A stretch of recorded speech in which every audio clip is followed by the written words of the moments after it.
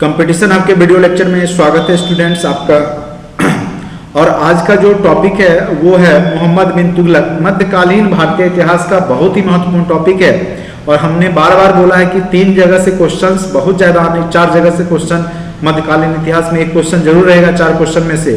एक तो आपका अलाउद्दीन खिलजी, दूसरा मोहम्मद बिन तुगलक, तीसरा फिरोज शाह तुगलक से भी रह सकता है और चौथा आपका शेर शाह सूरी या फिर अकबर की धार्मिक नीति। तो ये 3-4 जगह से ही बार बार क्वेश्चन पूछे गए हैं और मैं आपको बोलूंगा ये चारों पांचों जो टॉपिक है उसको आप अच्छे से जैसे हो, रट्टा मार के हो चाहे जैसे हो, आप जाएं जरूर। यहाँ से एक क्वेश्चन आप आसानी से लिख लेंगे मध्यकालीन इतिहास का और तरीका से ही आप 6 क्वेश्चन बड़ी आसानी से आप तैयार करके और 10-15 क्वेश्चन तैयार करके जाएंगे, उसमें ही आपके 6 क्वेश्चन आपके लड़ जाएंगे। तो बस ये जानकारी आपको होना चाहिए क्या पढ़ना है क्या छोड़ना है। और जो लोग अभी तक बाय नहीं किए कोर्स को जरूर बाय कर लें। मैं इसलिए बोल रहा हूँ कि देखिए कोई भी संस्था चलाने के लिए आर्थिक मदद की जरूरत होती है और आपको पता ही होगा कि YouTube के माध्यम से यहाँ पे बहुत वीडियो 100-150 लोग देख रहे हैं, 200 लोग, तो उसे ना ही मुझे आर्थिक मदद मिलेगी ना ही कुछ। तो आप बस वही कर सकते हैं, अगर आपको अच्छा लग रहा है पढ़ना चाह रहे हैं तो आप बस बाय कर सकते हैं, ठीक है। अगर आप बाय करते हैं तो आर्थिक रूप से कुछ मदद मिलता है हमारी संस्थान को। तो हम लगातार आपको वीडियो और भी जो भी अभी 68 का जो शुरुआत होने वाला है प्री का या फॉर्म अभी स्टार्ट हुआ है तो उसकी भी तैयारी आपको मैं टेस्ट सीरीज ऑनलाइन माध्यम से जो भी नया पैटर्न है उसके आधार पर करवाऊंगा। तो आप जरूर बाय करें, ऐप को जरूर डाउनलोड करें और साथ साथ चैनल को भी जरूर लाइक किया कीजिए, वीडियो को जरूर लाइक किया कीजिए। लाइक करते हैं उससे कम से कम हमें प्रोत्साहन मिलता है कितने लोग लाइक कर रहे हैं, ठीक है। सिर्फ वीडियो देखने से नहीं होगा, साथ साथ आप कुछ लाइक भी करें इस वीडियो को। अगर अच्छा नहीं लगता है तो आप देखें ही नहीं वीडियो, अगर देखते हैं तो कम से कम लाइक जरूर करें। चलिए, तो आज का जो टॉपिक है मोहम्मद बिन तुगलक, मध्यकालीन इतिहास का महत्वपूर्ण टॉपिक है। इसको हम शॉर्ट फॉर्म में MBT लिखेंगे तो आप समझ जाइएगा कि उस जगह पे हमने मोहम्मद बिन तुगलक ही लिखा है। साथ साथ मैं आपको बता दूं कि इसको पगला बादशाह के नाम से भी इतिहासकार कहते हैं। तो उसके पीछे भी कई रीजन है, क्योंकि इसने जो भी नीतियां लाई, जो सारे सुधार लाए, वो सही से उसको लागू नहीं कर पाया।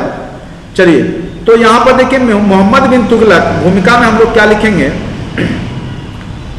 भूमिका में मोहम्मद बिन तुगलक, तुगलक वंश का। देखिए एक ट्रिक याद रखिएगा, गुल खिले तो सूंघ लो। क्या? गुल खिले तो सूंघ लो। आप लोग को पता भी होगा, गुल फॉर गुलाम वंश, खिल फॉर खिलजी वंश, तो फॉर तुगलक वंश और सौ फॉर सैयद वंश, लो फॉर लोधी वंश, ठीक है। तो ये लगातार और कई बार इंटरव्यू में भी ये सब क्वेश्चन पूछ दिया जाए। सल्तनत काल का लगातार आप जो है जो शासक हुए हैं उसका नाम बताइए, ऐसा क्वेश्चन हमसे भी इंटरव्यू में पूछ लिया गया था। तो आप कुछ ट्रिक के माध्यम से ये सब याद रख सकते हैं कि पहले गुलाम वंश आया सल्तनत काल में, फिर खिलजी वंश आया, फिर तुगलक वंश आया, फिर आपका सैयद वंश आया, फिर लोधी वंश आया। तो गुल खिले तो सूंघ लो या गुलाब खिले तो सूंघ लो, इस तरीका से ट्रिक याद रखिएगा, ठीक है। अब आ जाइए, महत्वपूर्ण शासक था तो किस वंश का था? तो तुगलक वंश से। नाम ही मोहम्मद बिन तुगलक, तो तुगलक वंश का प्रमुख शासक था। लेकिन यह संस्थापक नहीं था, इसका जो संस्थापक था वो था गयासुद्दीन तुगलक और वो खिलजी की सत्ता को हथियाया था, जैसा कि हमने अलाउद्दीन खिलजी चैप्टर में भी बताया था। सल्तनत के इतिहास में इसे कई योजनाओं और विवादास्पद कार्यों के लिए जाना जाता है। तो ये जो जाना जाता है मोहम्मद बिन तुगलक, तो अपने विवादास्पद कार्य और जो नई नई जो योजनाएं लाया करता था उससे जाना जाता है। जबकि वह काफी, ऐसा बात नहीं था कि वह मूर्ख था या पढ़ा लिखा नहीं था या ज्ञानवान नहीं था, वह एक काफी पढ़ा लिखा विद्वान, सहिष्णु भी था, धार्मिक रूप से भी सहिष्णु था। वह हिंदू, जैन, बौद्ध सबको संरक्षण देता था और किसानों का बहुत बड़ा हितैषी भी था। तो यानी उसके पास बहुत सारी क्वालिटियां थी। लेकिन फिर भी जो उतावलापन का एक बीमारी कह सकते हैं कि कोई भी काम में उसको जल्दीबाजी होती थी और उसको सही से वो पूरा नहीं कर पाता था।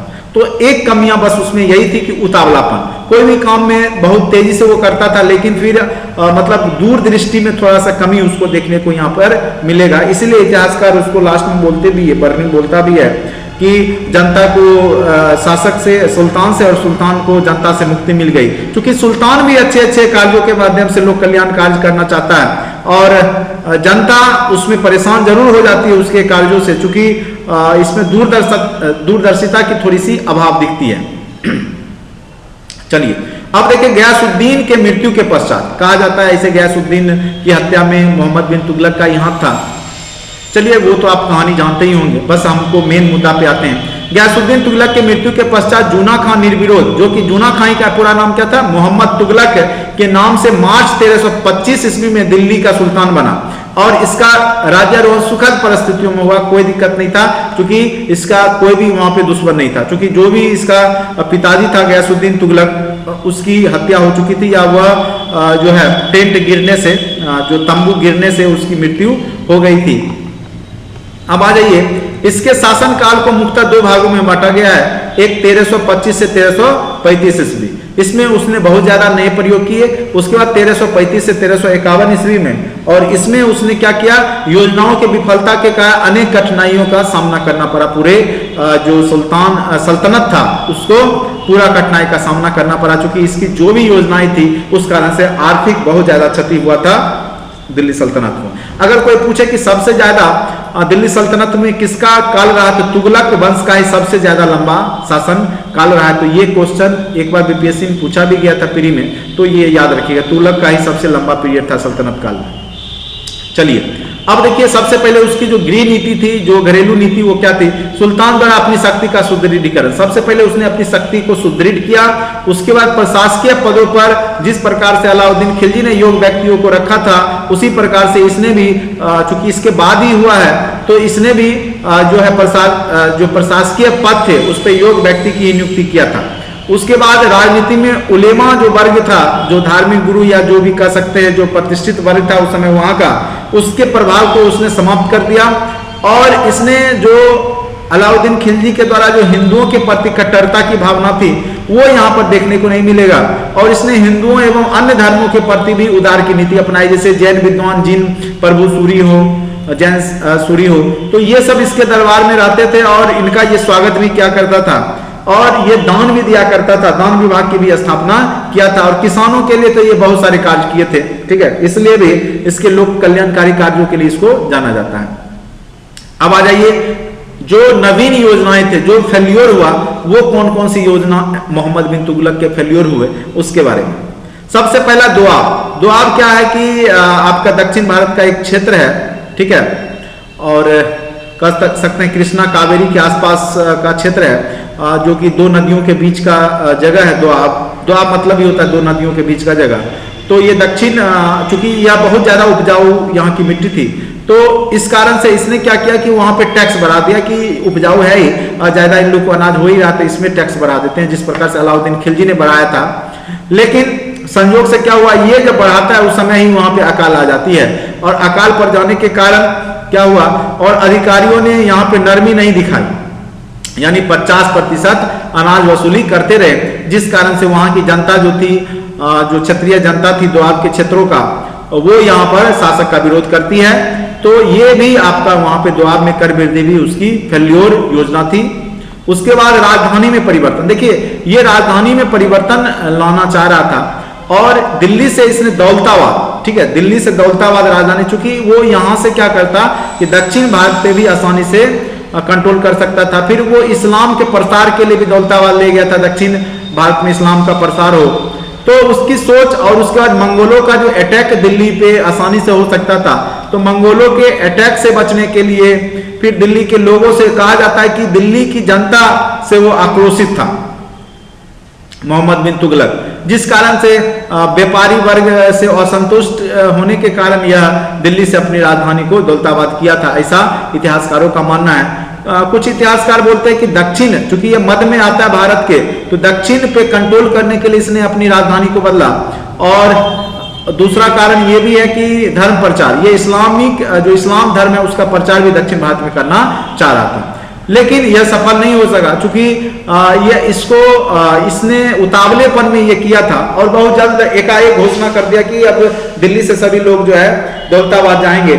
लेकिन ना ही यह बात व्यापारियों को पसंद आई, ना ही जो राज्यकर्मी थे उनको पसंद आई, क्योंकि सबको अपने अपने घर से लगाव होता है। तो दिल्ली की जनता इससे नाखुश हुई, और वहां जाने अगर यही योजना वो धीरे धीरे करके स्टेप बाय स्टेप करता, पहले सरकारी अफसर जो भी थे या सरकारी दफ्तर को ले जाता, फिर जनता को ले जाता, इस तरीका से, तो शायद ये सफल हो सकता था। इसकी सोच गलत नहीं थी, लेकिन इसने जो उतावलेपन में जो तेजी से काम किया था, वो यहाँ पे राजधानी परिवर्तन में सफल असफल होने में यहाँ पे कह सकते हैं कि प्रमुख भूमिका निभा गया। और अभी भी देखते होंगे कि कहावत में कहा जाता है कि दिल्ली से दौलताबाद कर रहे हो, यानी कहने का अर्थ है कि एक तरीका से ये कह सकते दोहा भी हो गया, दिल्ली से दौलताबाद, यानी तुरंत यहाँ से वहाँ, वहाँ से यहाँ, यानी एक कह सकते हैं कि यहाँ पे उतावलेपन को दर्शा रहा है, उसके जो उतावलापन है किसका, तो मोहम्मद बिन तुगलक का। ठीक है, तो राजधानी में परिवर्तन आप इसको लिखेंगे, उसका उद्देश्य अच्छा था, लेकिन उसको क्रियान्वयन उसने सही ढंग से नहीं किया था। उसके बाद नेक्स्ट है आपका सांकेतिक मुद्रा का प्रचलन। देखिए आज भी भारत जैसे देश या कोई भी देश है तो उसमें सांकेतिक मुद्रा ही चलता है। अब देखिए अभी आपका जो 2000 का नोट है, सिंपल सा देखिए, आपका क्या है, सांकेतिक तो है, इसको अगर आप बनाने में खर्च है तो साढ़े 13 रुपया 50 पैसा 2000 का नोट बनाने में सरकार को खर्च होता है, और इसकी वैल्यू कितना है 2000। तो यहाँ पर क्या है कि बस एक कागज का टुकड़ा पे बना दिया गया और 13.5 रुपया खर्च हुआ और 2000 उसका वैल्यू हो गया। लेकिन पहले क्या हुआ करता था कि सोने और चांदी के सिक्के चलाए जाते थे और उस धातु का उतना मूल्य भी हुआ करता था। और यही चीज देखते हुए चूंकि उसके राज में क्या हुआ था, धातुओं की कमी आ गई थी, सोना चांदी की कमी आ गई थी, तो उसने जो है तांबे और कांसे का प्रयोग किया था, यानी तांबे के रूप में सोना का मतलब वहां पे वैल्यू दिया गया था और चांदी के लिए कांसा का वैल्यू कांसे का बनाया गया था। लेकिन यह सफल नहीं हो सका, तो उसके पीछे रीजन था कि जो टकसाल थे उसको सही से नियंत्रित नहीं किया गया, और लोकल जो सोनार थे या जो लोहार था वो भी वहां पे जो है सिक्का ढालना शुरू कर दिया था, तो उस पर कंट्रोल नहीं कर सका मोहम्मद बिन तुगलक, तो जिस कारण से ये असफल हुआ। तो धात्विक मान के बजाय क्या होना चाहिए, फेस वैल्यू को आधार पर सिक्का चलाए। तो इसकी यह दूरदर्शी सोच थी जो कि आने वाले समय में पूरे विश्व में इसी को अपनाया गया, लेकिन इसने जब अपनाया उस समय इसको सही से वो नियंत्रण नहीं कर पाया कि किस प्रकार से टकसालों पे नियंत्रण किया जाए, किस प्रकार से लोहार सोनार पे नियंत्रण किया जाए, ये नहीं कर सका, जिस कारण से इसकी यह भी योजना क्या हो गई, फेल्योर हो गई, फेल हो गई। अब आज एक खुरासान अभियान। अब देखिए खुरासान अभियान क्या था, मध्य एशिया की राजनीति में शून्यता का लाभ उठा करके खुरासान पर आक्रमण करने का योजना बनाया था, और इस योजना बनाने में मंगोल शासक तरमसिरी और मिस्र का शासक जो था उस सब ने मिल के बनाया था कि जो मध्य एशिया है उस पर किस प्रकार से शासन किया जाए। और उसके लिए मोहम्मद बिन तुगलक ने 3,70,000 सैनिकों की नियुक्ति भी कर दिया था, लेकिन सेना का 1 वर्ष का उनको एडवांस भी दे दिया गया था वेतन के स्वरूप में। लेकिन सेना के कुछ होने से पहले ही मध्य एशिया की राजनीति में परिवर्तन आ गई, फलस्वरूप मोहम्मद बिन तुगलक को योजना त्याग देनी पड़ी और अधिकांश सेना भंग कर दी गई, जो कि इसने 1 साल का जो सैलरी दिया था तो वो भी इसके लिए यहाँ पे क्या हो जाएगा, आर्थिक हानि होगी। और कुछ सेना का तो भंग कर दिया, लेकिन कुछ सेना को इसने रखा था और आगे चल करके उसी सेना का उपयोग उसने कराचील अभियान के लिए करने का प्रयास किया। देखिए खुरासान की तरह ही सुल्तान ने कराचील विजय की भी योजना बनाई। कराचील प्रदेश कहा जाता है कि चीन में था, यानी हिमालय में कुल्लू और कांगड़ा या गढ़वाल कुमाऊं क्षेत्र का हिस्सा था। कुछ विद्वान इसे चीन का प्रदेश मानते हैं, उस पर यह अभियान किया था। लेकिन जो पर्वतीय रास्ता था, दुर्गमता के कारण यह योजना असफल रही और कहा जाता है कि अंतिम में मात्र 13 लोग ही बचे थे, वहां पर 13 लोग ही बच पाए थे उस कराचील अभियान में। तो उस और मैक्सिमम सेना जो है उस ठंड को, उस जलवायु को नहीं झेल पाई थी और उनकी मृत्यु हो गई थी। तो कह सकते हैं यहाँ पे बहुत ज्यादा आर्थिक रूप से यहाँ पे जो है मोहम्मद बिन तुगलक को परेशानियों का सामना करना पड़ा होगा। ठीक है, चलिए अब देखिए इसकी विशेषताओं को हम बोल सकते हैं कि देखिए इन योजनाओं को असफल होने के बावजूद भी बहुत सारी जो काम था वो महत्वपूर्ण था। जैसे एमबीटी ने दक्षिण में प्रत्यक्ष विस्तार किया, यानी दक्षिण भारत को भी उसने जीता है, और इसकी जो सीमा थी इसके राज्य की वो कर्नाटक तक थी। तो कहने का अर्थ है कि एक विशाल साम्राज्य पर शासक के रूप में काम किया था, शासन किया था। उसके बाद यह किसानों का बहुत बड़ा हितैषी था और इसने एक विभाग बनाया था दीवान-ए-कोही, जो कि कृषि विभाग था, और वह कृषि को तकावी यानी ऋण देने का काम, हल वैल की सुविधा एवं फसल चक्र एवं नगदी फसलों को बढ़ावा देने का भी इसके द्वारा प्रयास किया गया। तो कृषि के क्षेत्र में, किसानों के क्षेत्र में इसने बहुत बड़ी भूमिका निभाई। उसके बाद धार्मिक रूप से यह एक सहिष्णु शासक था। दिवाली और होली भी मनाता था, हिंदुओं के पर्व में भी शरीक होता था और त्योहारों में भाग लेता था। उसने जैन संत हरि विजय सूरी, जीन सेंसुरी को भी संरक्षण दिया था। यानी कह सकते हैं कि इसके शासनकाल में धार्मिक सहिष्णुता की भावना बहुत ज्यादा देखने को मिली, जो कि अन्य जो यहाँ पर सल्तनत कालीन जो शासक थे उसमें नहीं था। अब आ जाइए, मोहम्मद बिन तुगलक के समय प्रसिद्ध यात्री इब्न बतूता, जैसा जो कि मोरक्को अफ्रीका का जो निवासी था वो आया था, मोरक्को निवासी, और ये 1333 ईस्वी में आया था और इसने भारत की यात्रा भी की। और इसे इब्न बतूता को जो है मोहम्मद बिन तुगलक ने सम्मानित किया और दिल्ली में मुख्य न्यायाधीश काजी का पोस्ट दिया था। लेकिन आगे चलकर कुछ मतभेद के कारण कुछ दिन इसको जेल में भी कर दिया था। फिर इसको फिर चीन विदेश दौरा पर भेजा गया था। किसको? तो इब्न बतूता को। तो मोरक्को निवासी, कई बार ये भी क्वेश्चन पूछ सकता है कि इब्न बतूता प्री में पूछा जाता है। तो यहाँ पे आप इन सब यानी जो विदेशी लोग आते थे उसको भी ये संरक्षण देता था, उसको भी अच्छे अच्छे पोस्ट देता था। तो कहने का अर्थ है कि ये एक योग्य शासक का गुण था इसमें था, लेकिन कुछ कमियां थी और वही था उसका उतावलापन, जो कि तुरंत में डिसीजन लेना और उसको क्रियान्वयन करने का प्रयास करना, जो कि उसके असफल होने का कारक बनता था। ऐसी उसकी योजनाएं सारी दूरदर्शीपूर्ण थी, लेकिन उसको सही तरीका से किया नहीं गया था।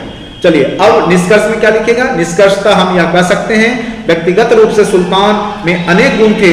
वह विद्या प्रेमी कर्मठ व्यक्ति था। वह सदैव जनता के हित की कामना करता था, नई नई योजनाएं बनाता था। यद्यपि उनकी योजनाएं विफल हो गई, किंतु इसने इन योजनाओं का महत्व कम नहीं हो जाता।